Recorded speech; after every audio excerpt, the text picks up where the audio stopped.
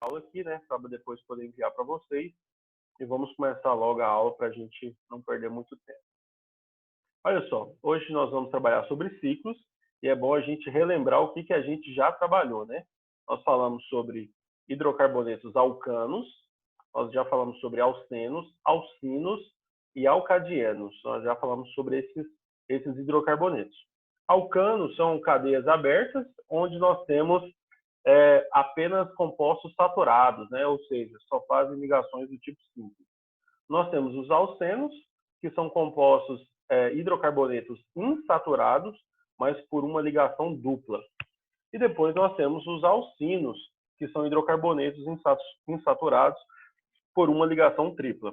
E aí eu falei um pouquinho com vocês sobre alcadienos e abri a mente um pouquinho sobre os compostos insaturados, né? Sabendo que alcenos não possui só apenas uma ligação dupla. Alcenos são todos os compostos que têm muitas ligações duplas. E aqui a gente vai trabalhar sobre os ciclos. Os ciclos são compostos em que nós temos uma cadeia fechada, né? Uma cadeia fechada, a gente já trabalhou sobre classificação de cadeias, onde a cadeia fechada, ela não apresenta uma extremidade, né? Ela apresenta uma ideia de, na verdade, infinidade, uma ideia onde não tem começo e onde não tem fim. E aí nós temos ciclos que podem ser representados por ciclanos e ciclenos, né? Esse an aqui dos ciclanos é porque nós temos ciclos saturados. E os ciclenos é porque nós temos ciclos insaturados por ligação dupla. Você deve ter percebido aí que eu não coloquei os ciclinos, né? Os ciclinos, eles possuem uma ligação tripla. Só que não existe ciclo com ligação tripla. Eu coloquei aqui um exemplo de cicleno, aqui que está acompanhando comigo no mouse, e esse ciclino aqui, ele não existe, tá bom? Eu coloquei aqui só para mostrar para você que não existe e o porquê disso, né? Por que não temos uma cadeia fechada com ligação tripla? Porque aqui, ó, exatamente nesses carboninhos que fazem a ligação tripla, nós temos uma configuração de hibridização de carbono sp. E o carbono sp, ele é linear. O carbono linear, ele tem um ângulo de 180 graus. Então, nós não temos aqui um ângulo que é possível uma fechada nesse ciclo. Então, nós não podemos fechar esse ciclo com carbonos sp. Apenas com carbonos sp2, né, que é um ciclo insaturado, e carbonos sp3, tá bom? Olha só, tem dois ciclos que são de suma importância a gente entendê-los, porque lá na frente, quando formos falar sobre reações orgânicas, nós vamos tratar um pouquinho sobre esses compostos. Nós temos um cientista chamado Adolf von Baeyer, né? O Adolf von Baeyer foi o cara que fundou aquela empresa lá na Alemanha chamada Bayer, que se situa em Leverkusen, tá bom? Eles têm até um time de futebol dessa empresa, né? Que se tornou um grande time de futebol. Em 1885, ele propôs uma teoria de tensão dos anéis.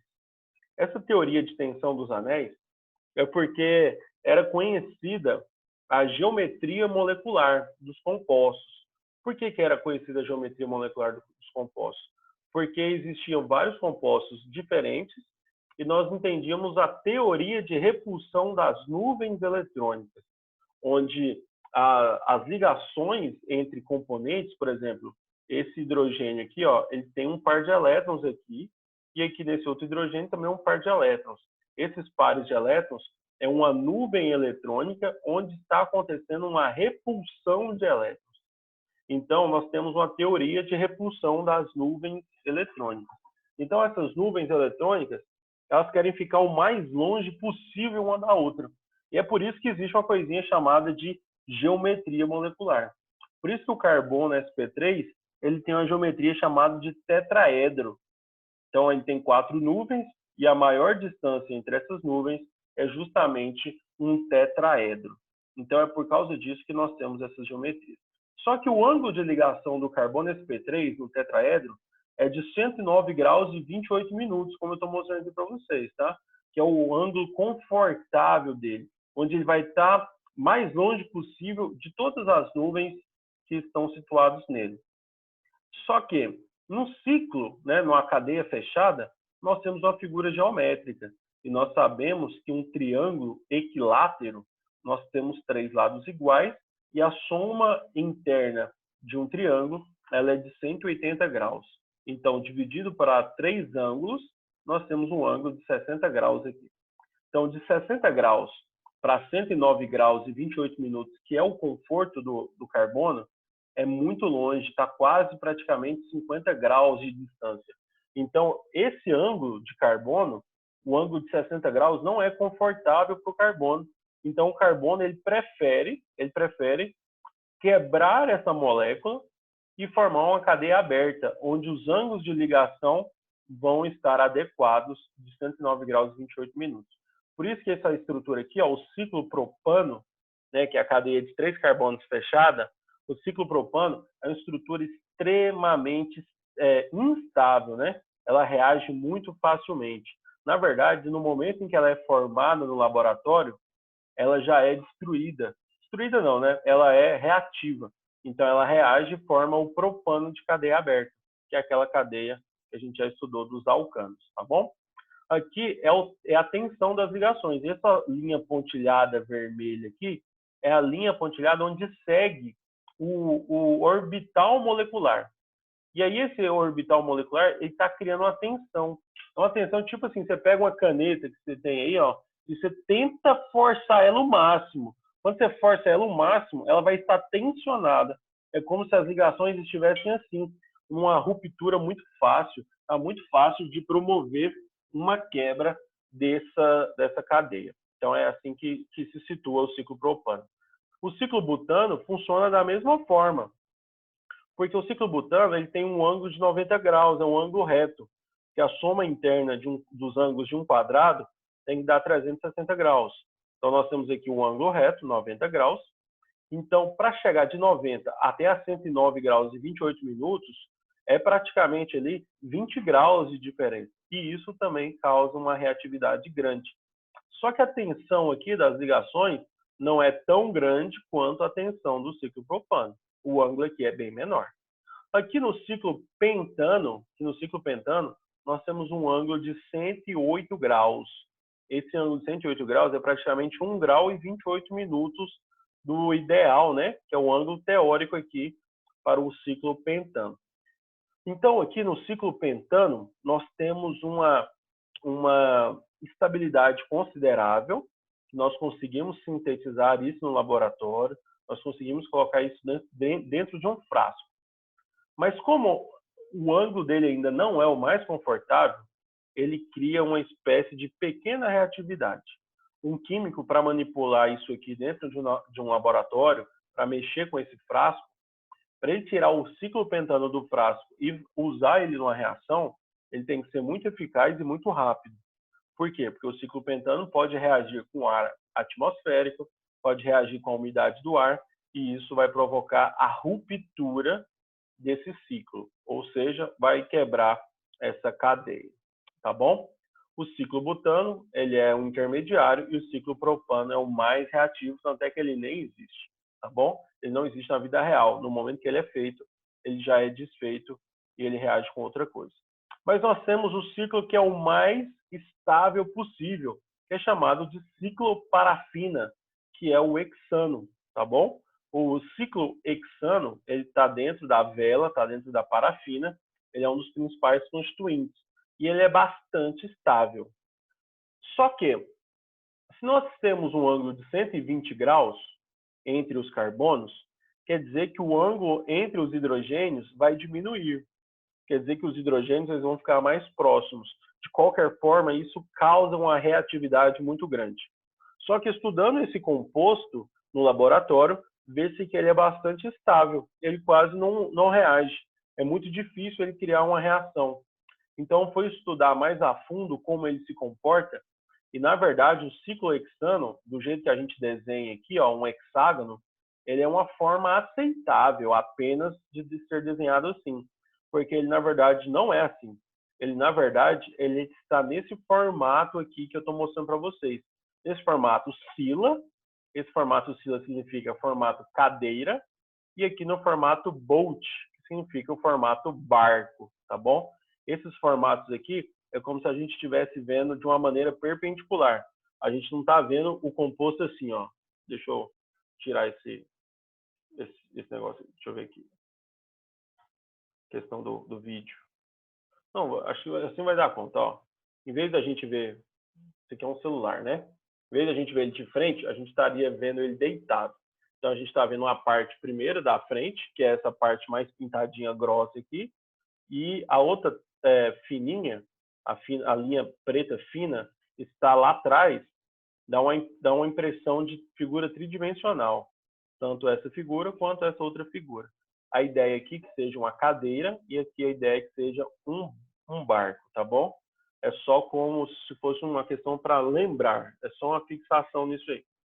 A forma mais estável é a forma cadeira, onde você encontra o ciclo parafina ou ciclo hexano em 75% do composto.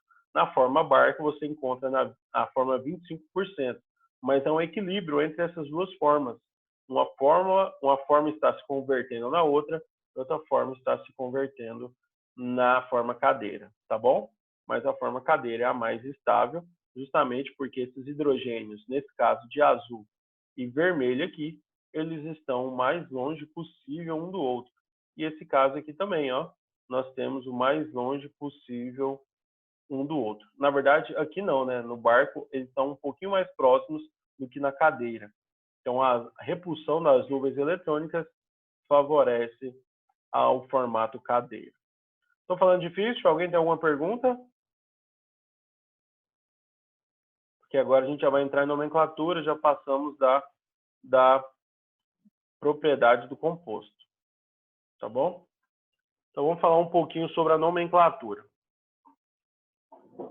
Nomenclatura dos ciclos, nós temos a estrutura principal da cadeia, o próprio ciclo.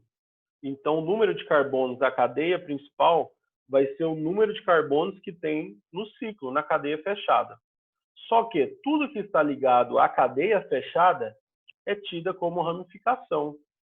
Então, a ramificação vai ser tudo que está ligado na estrutura principal da cadeia, que é justamente o ciclo.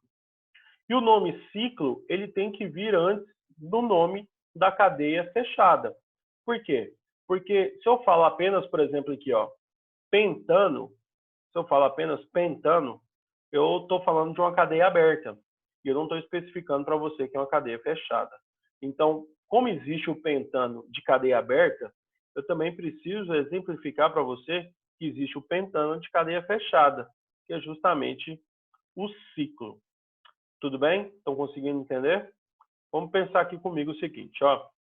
Isso aqui é uma cadeia aberta, uma cadeia fechada de 5 carbonos, que é o ciclo pentano. E aqui nós temos uma ramificação chamada de metil. Esse metil aqui vai dar uma importância muito grande para esse carboninho aqui do ciclo pentano. Dentro desse ciclo pentano, nós temos 5 carbonos da cadeia principal e um deles vai ter que ser o carbono 1, né? Porque ele é ramificado.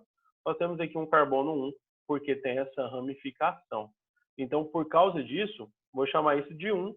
Então, vai ficar 1-metil ciclopropano. Só que, se a cadeia tem apenas se a cadeia tem apenas um carbono como ramificação, se é apenas uma ramificação de carbono, nós temos ali sempre vai ser o carbono 1, né? Então, aqui eu não preciso colocar 1-metil ciclopropano, porque aqui só tem uma ramificação. De qualquer forma, onde essa ramificação estiver, vai ser denominado carbono 1. Então, eu posso chamar essa estrutura de metil ciclopentano. A Gabriela Cristina está perguntando, sempre que tiver uma cadeia fechada, ela vai ser a principal ou pode ser uma ramificação? Gabriela, para ser uma cadeia fechada, quando nós tivermos apenas ramificações simples, como for metil, etil, propil, isopropil, nós podemos ter a cadeia fechada como a principal. Mas tem casos que a cadeia fechada vai ser a ramificação. Isso a gente vai passar a ver depois de aromáticos. A gente vai trabalhar na próxima aula, na semana que vem, a gente vai começar a ver os aromáticos. E aí você vai entender que existe partes principal fora da cadeia fechada, que pode ser tanto de um ciclo quanto de um aromático. E aí esse ciclo ou aromático, ele vai ser tido como uma ramificação. E por causa disso, a gente classifica a cadeia como cadeia mista, tá bom? E aí a gente vai chegar nisso na próxima aula, para entender como é que a cadeia funciona quando ela é uma cadeia mista, beleza? Olha só, aqui nós temos uma cadeia, chama-se metilciclohexano. Por quê? Porque aqui nós temos um hexágono, você está vendo que a gente desenhou ela na forma de um hexágono, né? Não foi nem na forma cadeira, nem na forma barco, mas eu poderia também desenhar na forma cadeira, na forma barco. Como eu disse para vocês anteriormente, isso aqui está numa forma aceitável.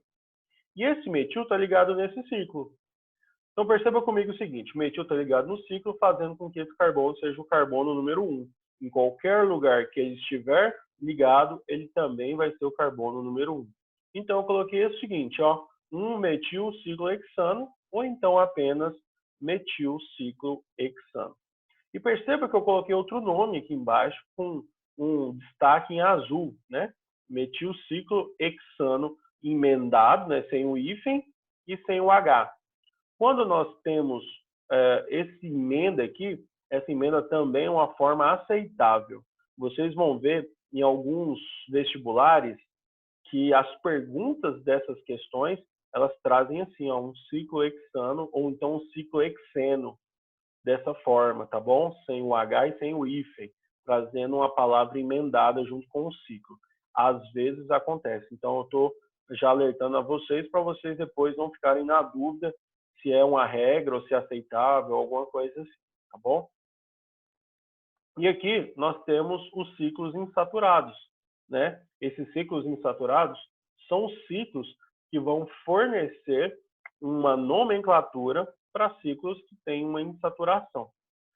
Só que, quando nós temos uma insaturação, ela sempre vai ser mais importante que a ramificação. Então, tudo que a gente olha primeiro vai ser a insaturação.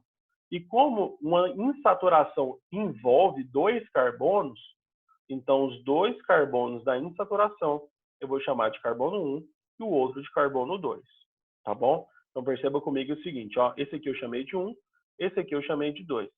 Se em outra cadeia você tiver esse problema, você vai olhar o seguinte, ó, esse 2 aqui, será que você poderia chamar ele de 1? E onde está esse 1, você poderia chamar ele de 2? Se você fizesse isso, você ia ver que aqui no carbono 5, ele seria um carbono 3, né? E aí não ia ter nenhuma ramificação. Então, carbono 1, carbono 2, e aqui no carbono 3, nós temos uma ramificação que é chamada de etil. No fim das contas, um ciclo insaturado, ele vai obter uma prioridade por ramificação também. Porque a dificuldade não vai ser saber quem é o carbono 1 e quem é o carbono 2, mas é para onde a gente vai contar e de onde a gente vai tirar o carbono 1 e o carbono 2. Esta que é a dificuldade nos ciclos insaturados. Então perceba comigo o seguinte, ó, carbono 1, carbono 2, carbono 3 já tem uma ramificação e carbono 4 tem outra ramificação que se chama metil. Então, por ordem alfabética, eu coloquei as posições da seguinte maneira: 3 etil, né? Etil no carbono 3, 4 metil, metil no carbono 4, ciclo, porque é uma cadeia fechada, e coloquei aqui pente, porque é um ciclo de 5 carbonos, e no final coloquei eno. E se você reparar, eu não coloquei pente 1 eno, eu não coloquei pente 1 eno. Por que eu não coloquei pente 1 eno? Porque se tiver uma insaturação, ela vai estar entre o carbono 1 e o carbono 2. Então, de qualquer forma, o ciclo para uma insaturação, com apenas uma insaturação, ele está obrigatoriamente entre o carbono 1 e o carbono 2, tá bom? Quando nós temos um ciclo de 6 carbonos, nós temos aqui também uma insaturação. E aí a gente vai fazer a mesma coisa que a gente fez aqui atrás. Nós vamos chamar esse aqui de 1, esse aqui de 2, esse aqui de 3. Porque no 3 nós temos uma ramificação. Se você contasse para o outro lado, nós teríamos 1, 2, 3, nenhuma ramificação. Então, o lado que estiver mais próximo de uma ramificação vai me ajudar na contagem. tudo bem? Então, nós temos aqui 1, 2, 3, 4, 5, 6. Então, nós temos um ciclo de 6 carbonos, e eu fiz questão de fazer assim, porque eu poderia emendar aqui, ó, tirar o hífen e tirar o H, para fazer isso de propósito, para vocês verem um exemplo aplicado daquilo que eu mostrei no último slide. Então, tem aqui um 3-etil, um 5-metil, ciclo hexeno. Esse "en" é sempre por causa da ligação dupla. Beleza, galera? Seguinte, ó, deixa eu mostrar um negocinho para vocês.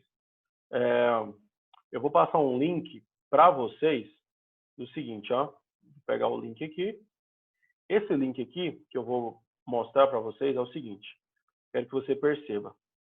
Aqui eu tenho videoaulas gravadas. Essas videoaulas gravadas não estão disponíveis no YouTube. Se você procurar no YouTube, você não vai achar. Mas eu vou passar o link para vocês porque eles estão privados, tá bom?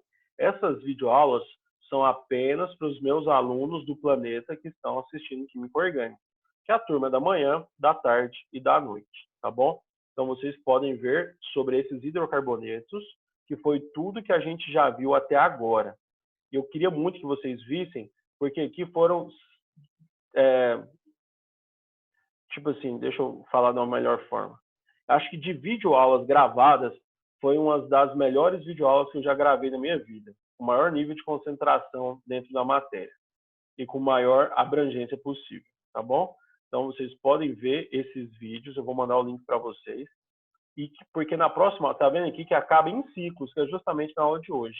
Porque na aula que vem, eu vou trabalhar com vocês uma coisinha chamada de aromáticos. E aí a gente vai trabalhar a sério, tá bom? Então, eu coloquei o link aí para vocês. Só pode ver esses vídeos quem tiver esse link. Quem não tiver o link não vai conseguir acessar os vídeos, tá bom? Então, galera, tem alguma dúvida que eu possa ajudar vocês?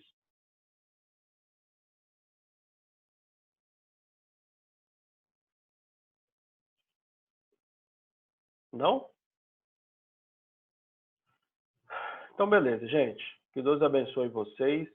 Eu vou mandar esses slides para o Célio, vou mandar a aula, videoaula gravada.